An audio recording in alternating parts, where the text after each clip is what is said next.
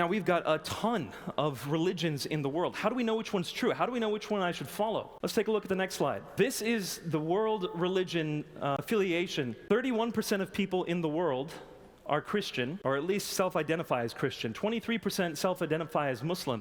17% are unaffiliated, agnostic, atheist. 15% are Hindu. 7% are Buddhist. 6% follow folk religions like folk Islam or folk Chinese religion. 1% are others, and I know Judaism, it says 0% there, but it rounds down to 0. There are Jews, they do exist, but it does round down to 0. So this is the breakdown. How do we know what to follow? Do we just pick one? Nabeel Qureshi shares exactly what sets Christianity apart from all other world religions. Unlike all other faiths, Christianity is not primarily limited to just one region or group of people like in Islam, Judaism, Hinduism, and Buddhism. Christianity is a global religion that has firmly cemented itself in almost every culture, even in the face of persecution. Nabeel also emphasizes the historical support for Christ, and that our natural human desire to love is reflective of our loving God who sacrificed himself for our salvation. What about the other religions? Let's go to the next slide. These are the major worldviews. Unaffiliated isn't the one that we're going to discuss here, although I do think it's a worldview. Now, when I was a Muslim, I had to consider these 6 worldviews, and I had to think, okay, why would I start investigating Christianity and Islam? Well, I think one really good reason to start with those 2 is if you pick 2 people in the world, one of them is going to be either a Christian or a Muslim. Over 50% of people in the world are either Christian or Muslim. So it's a good couple to start with investigating. But there's another reason why. If we go to the next slide, Christianity and Islam are the 2 major world religions that provide tests for you to see whether or not they're true. When it comes to Hinduism and Buddhism, these are very interesting religions. In fact, if you talk to scholars in Hinduism and Buddhism, a lot of them are very hesitant to say that these are actually religions. Buddhism, for example, Buddhism doesn't actually revolve around a theology. Theology comes from the word theos, which means God. There is no central God figure in Buddhism. But it's not quite atheist either, because they do have a spiritualist view, a supernatural view, and they do have an idea of gods, but it's not like our God. So it's really complicated to talk about what Buddhism is. Same thing with Hinduism. It's got a lot of a national flavor to it. Indians are Hindus. A lot of them are, and it's really hard to extract Hinduism from India. By the way, I grew up speaking Urdu in our home. My parents are from Pakistan. That's what they speak. In Urdu and in Hindi, the name for India is Hindustan. It's land of the Hindus. And that's actually where you get the word Hindu from, and India. So it's really tied to this national geography. It's not really a religion you can test. I remember when I was in university, I had a friend named Zach. Zach was a Buddhist. And I was challenging him to become a Muslim. I gave him all my reasons why he should become a Muslim. And I asked him in response, I said, okay, now that I've given you my reasons why you should become Muslim, why should I become a Buddhist? And his response was, well, Nabeel, Buddhism doesn't really say you should become Buddhist. It's a way of approaching the world. It's a way of interacting with it. I really don't think that Buddhism says you should become Buddhist. And then I said, okay, I won't. Thanks. There really is nothing to latch onto, to test. Judaism, I would say the same thing. Judaism, in fact, actually, does that mean I have 3 minutes left? Oh, skip Judaism. We'll skip folk religions. We'll go to Christianity.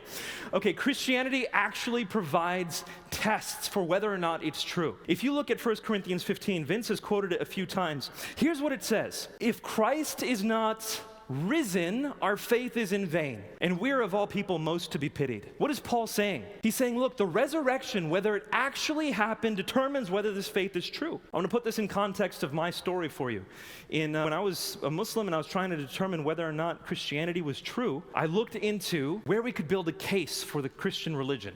There's a lot of Christian beliefs, but is there a case for the Christian religion? And I found it in Romans chapter 10, verse 9. Here's the case.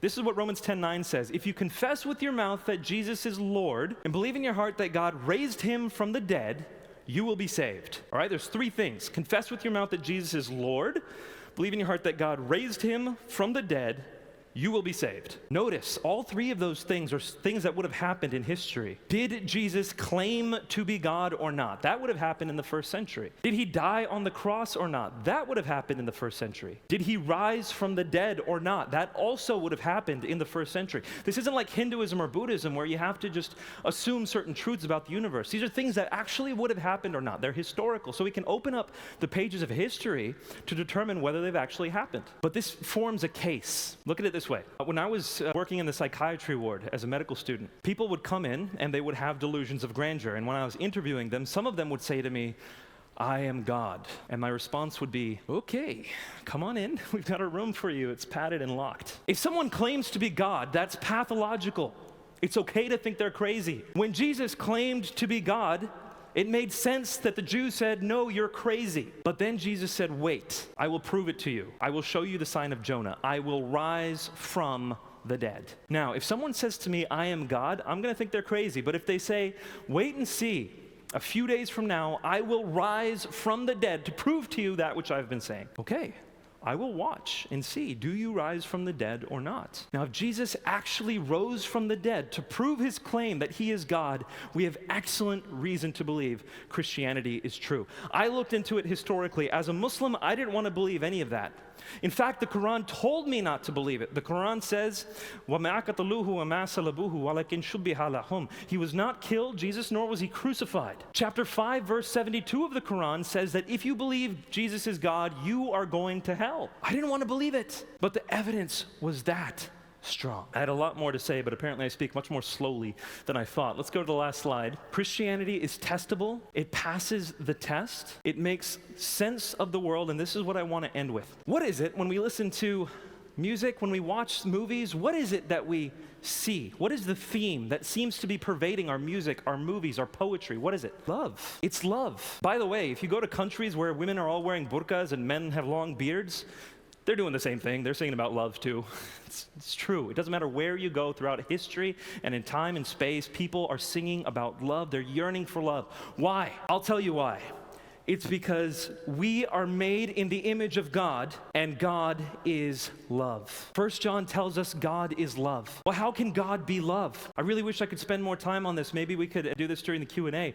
The only reason why God can be love is because he's a triune God. God exists as a community of love, three persons in one being, loving each other eternally. It's in his very nature to be love. And then he creates us in that image of love. That's why we yearn for love. Listen, that's why we want to care for people.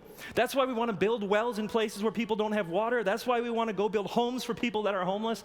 That's why around the world, our generation is striving to express love to people. We're looking for meaning. And we're being told in the universities that we are cosmic accidents. There's no meaning there. But in the Christian worldview, you are made in the image of a God who is love, and that God was willing to enter into this world and die for people who could do nothing for him. And then he says to us, "As I have loved you, so love one another." We are meant to love one another. We're built to love one another, and only in the Christian faith is that the case. It makes the most sense of the world. It makes the most sense of the yearning in our hearts. It makes the most sense of history. It is testable. We have excellent reason to be Christian in the face of all these other worldviews. Thank you so much.